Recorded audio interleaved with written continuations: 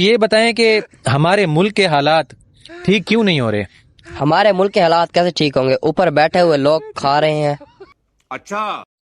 اچھا تو پھر اس کا حل کیا ہے؟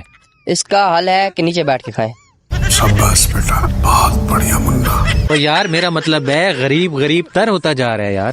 غریب کو کس نے کہا ہے تر رہے؟ خشک رہا کرے۔ اور یار میرا مطلب ہے کہ ہمارے ملک میں غربت کس طرح سے ختم ہو سکتی ہے؟ بھائی جان، ہمارے ملک میں امیر لوگ حکمرانی کرتے ہیں، غریبوں کو اوپر جانا چاہیے۔ یہ بڑی اچھی بات کہی آپ۔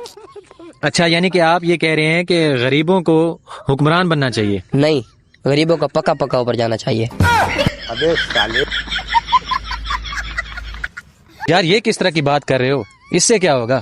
اس سے یہ ہوگا کہ غربت ختم ہو جائے گی، جب غریب ہی ختم ہو جائیں گے باقی سب امیر بچیں گے۔